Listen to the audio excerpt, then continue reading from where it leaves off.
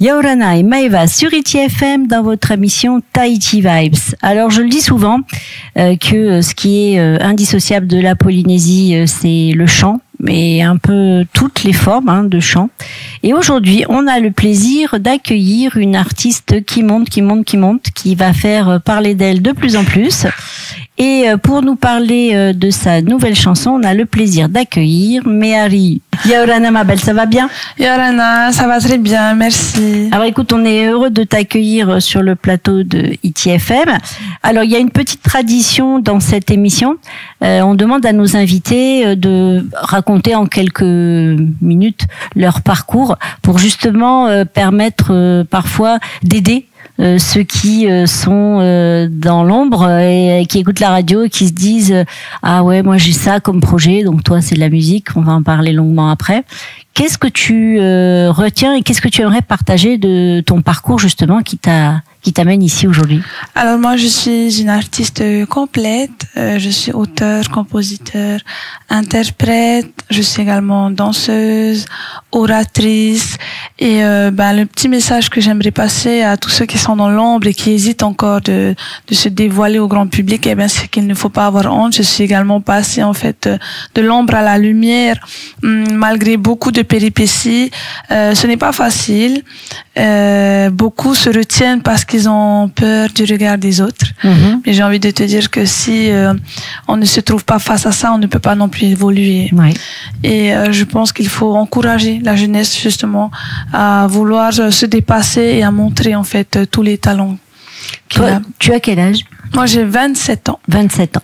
Alors qu'est-ce qui t'a amené à voir justement, à mettre en avant tous ces talents et toutes ces compétences aussi que tu as dû forcément travailler pour les mettre au service de ton art justement? Alors moi j'ai grandi dans une famille d'artistes. Mon papa est un chanteur déjà connu. On dit le nom. Et en fait, oui, papa. Mon papa c'est Charles. Et du coup, j'ai grandi dans ça. J'ai grandi dans la musique, dans la danse. J'ai grandi sur des airs de percussion et je pense que les inspirations me viennent de lui tout simplement. Ensuite, j'ai tracé mon petit bout de chemin moi toute seule et je me suis construit petit à petit en fait à travers ce monde artistique. Et voilà aujourd'hui où j'en suis. J'en suis arrivée à écrire moi-même mes propres textes et on pourra le voir par la suite, à danser également sur mes propres chansons.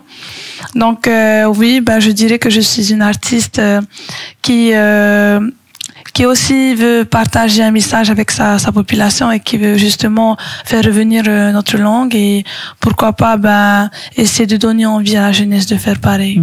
Alors c'est vrai qu'on a la chance dans notre émission d'accueillir beaucoup d'artistes qui ont toujours été en fin de compte dans le choix de la langue tahitienne au travers justement de leur création et notamment les auteurs-compositeurs.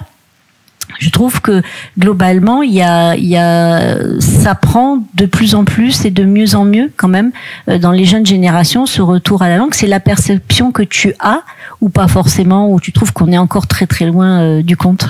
Non, justement, je vois une certaine évolution de notre jeunesse. Je vois beaucoup de jeunes revenir à la source et c'est justement le message que j'aimerais passer.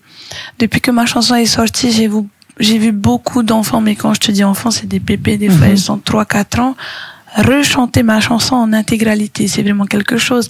Il y a des mots qui ne sont pas faciles à prononcer. Et je les vois chanter sur ça. J'ai vu beaucoup de reprises de chant, des reprises de danse.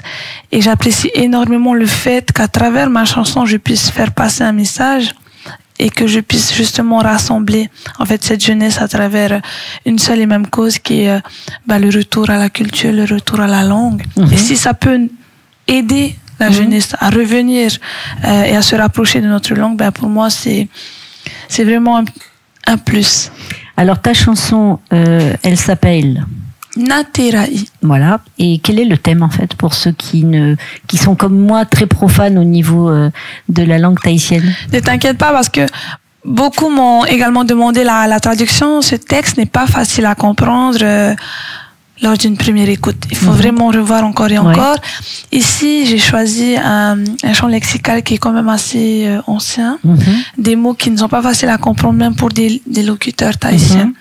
Je suis allée chercher des mots assez complexes pour justement pousser la traduction à ce que les gens se renseignent encore plus. Oui. Ah, mais que veut dire ce mot? Et ce mot-là, quelle est la portée de ta chanson? Et Natera'i est une chanson d'amour.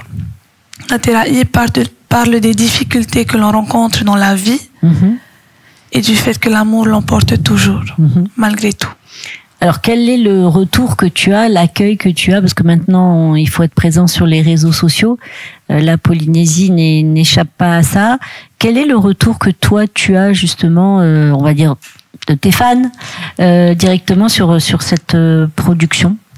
Alors, cette chanson... Tu as quand même 22 000 followers sur ta page Facebook, hein, tout à fait, qui s'appelle Meariu, nouvelle page. 22 000 personnes, ça commence à faire du monde, du trafic, comme on dit dans le langage des réseaux sociaux. Donc du coup, t'as beaucoup de likes, t'as pas mal de commentaires. C'est quoi la synthèse que tu fais de comment ton public reçoit tes chansons, tes productions? Je pense qu'avant tout, je suis assez proche de mon public.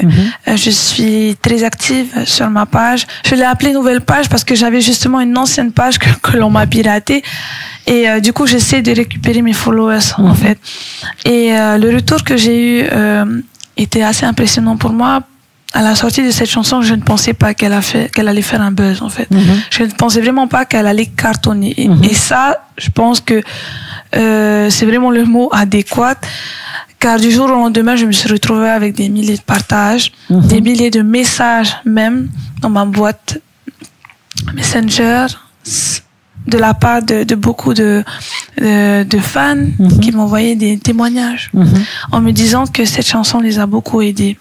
Donc là, je vois que la chanson a pris une ampleur assez conséquente et je suis vraiment contente que ça puisse aider beaucoup de gens. Donc je suis proche de ma communauté. Je fais beaucoup de vidéos où j'explique justement le sens de la chanson, la traduction de la chanson. Et je pense que c'est pour moi un moyen de me rapprocher d'eux. Et beaucoup se reconnaissent dans cette chanson. Donc là, je me vois en tant qu'artiste, mais également en tant que membre à part entière du peuple. De la communauté, exactement. Tout à fait. Et du Nouna, exactement.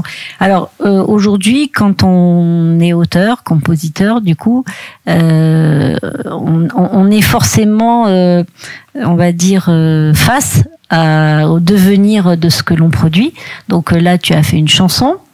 C'est quoi la suite en fait de cette chanson? Eh bien, parce qu'il y en a d'autres évidemment avant, mais on va parler déjà de celle-là. Suite à cette chanson, j'ai tourné le clip avec les clips de Blackstone Productions Tahiti. Moana. Et oui, Moana, Laurent et Charlie. Et on a eu vraiment de belles prises aériennes dû au fait que j'ai participé au Festival des Marquises. Et l'équipe était également sur place. Donc on a profité de faire des belles prises là-bas et le paysage est magnifique. Donc je pense que le fait d'avoir travaillé ensemble et d'avoir donné justement du mieux qu'on pouvait pour la réalisation du clip, ça a vraiment donné un résultat magnifique et j'ai eu également de bons retours sur le clip. Beaucoup me demandent mais pourquoi tu as cette tenue? Je vais répondre c'est parce que justement je n'avais pas d'autre tenue. Je n'avais que cette tenue au Festival des Marquises, donc j'ai dû la reprendre. Tu as bien fait parce que je trouve que c'est une assez belle idée. Alors est-ce que t'as, parce que là j'avais cliqué sur le lien qui est envoyé sur la page Insta pas Insta mais le YouTube de Moana, Blackstone. Je vois qu'il y avait 59 000 vues. Toi, tu as ton propre compte YouTube, Insta? Oui, j'ai mes propres réseaux sociaux, mais ici, j'ai préféré collaborer avec eux parce que là, en ce moment, en tant qu'artiste et avec le travail à côté, je ne pouvais pas gérer tout ce qui était... C'est ça.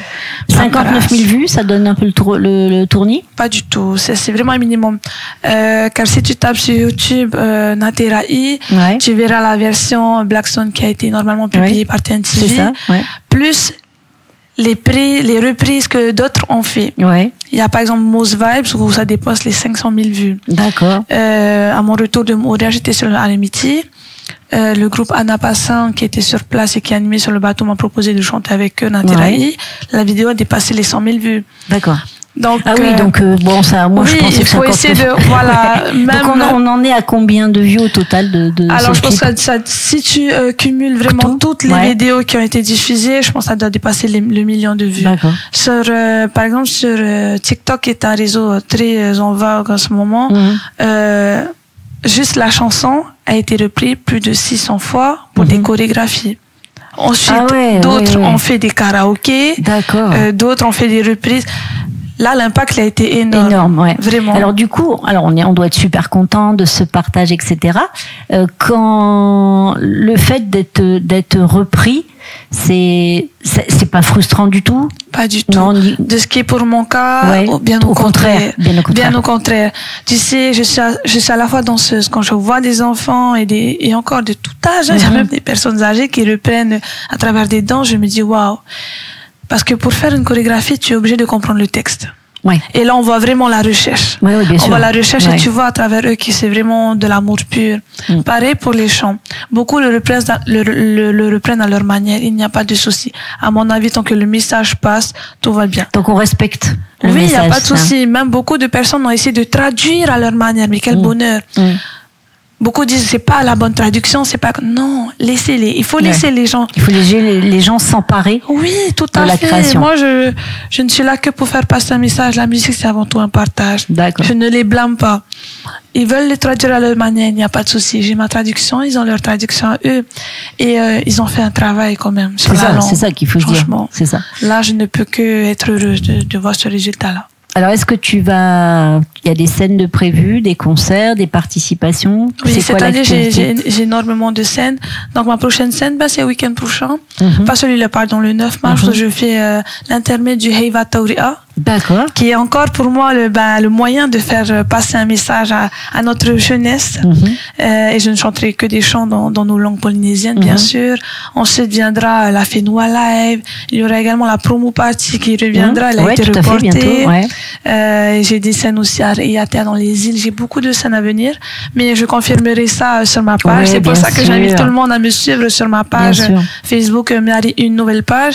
Parce qu'on ne sait jamais si les événements sont reportés ou décalés. Donc voilà, j'invite tout le monde à me suivre pour ne pas moi, je trouve, j'aime bien donner mon avis, entre guillemets. Non, mais je suis assez impressionnée parce que tu as l'air de bien savoir où tu vas, comment tu y vas, pourquoi tu y vas.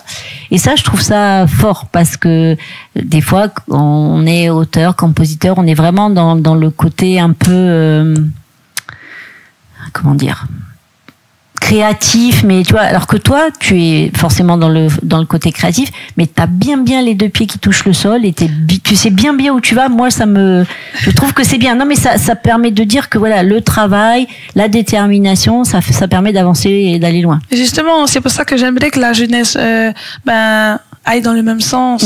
On a tous un potentiel. Hein. C'est clair. Si j'en suis là aujourd'hui, c'est parce que moi aussi, je suis tombée de nombreuses fois. Mais le plus important étant de se relever. C'est pour ça que j'encourage la jeunesse à se lancer malgré tout. Écoute, sur ce merveilleux message d'encouragement, de motivation, à cette jeunesse qui nous écoute aussi. On te remercie beaucoup d'être venu jusqu'à nous. Donc on répète, la page Facebook c'est Méhari U nouvelle page. Vous avez les liens vers la vidéo, tout ça. Oui. Donc vous retrouverez cette talentueuse jeune femme dans son morceau. On te remercie beaucoup d'avoir consacré un peu de temps aux auditeurs de ITFM, parce que ITFM quand même ça reste la plus belle des radios, la fille complètement chauvine, je revendique. Soyez assurés que on se donne le meilleur de nous-mêmes et qu'on vous propose tout ce que la Polynésie offre de meilleur aussi. Prenez soin de vous, soyez heureux, restez fidèles à la plus belle des radios ITFM et évidemment vous retrouverez forcément ce podcast en replay sur notre page Facebook. Passe une belle journée. Merci. À très bientôt, Nana.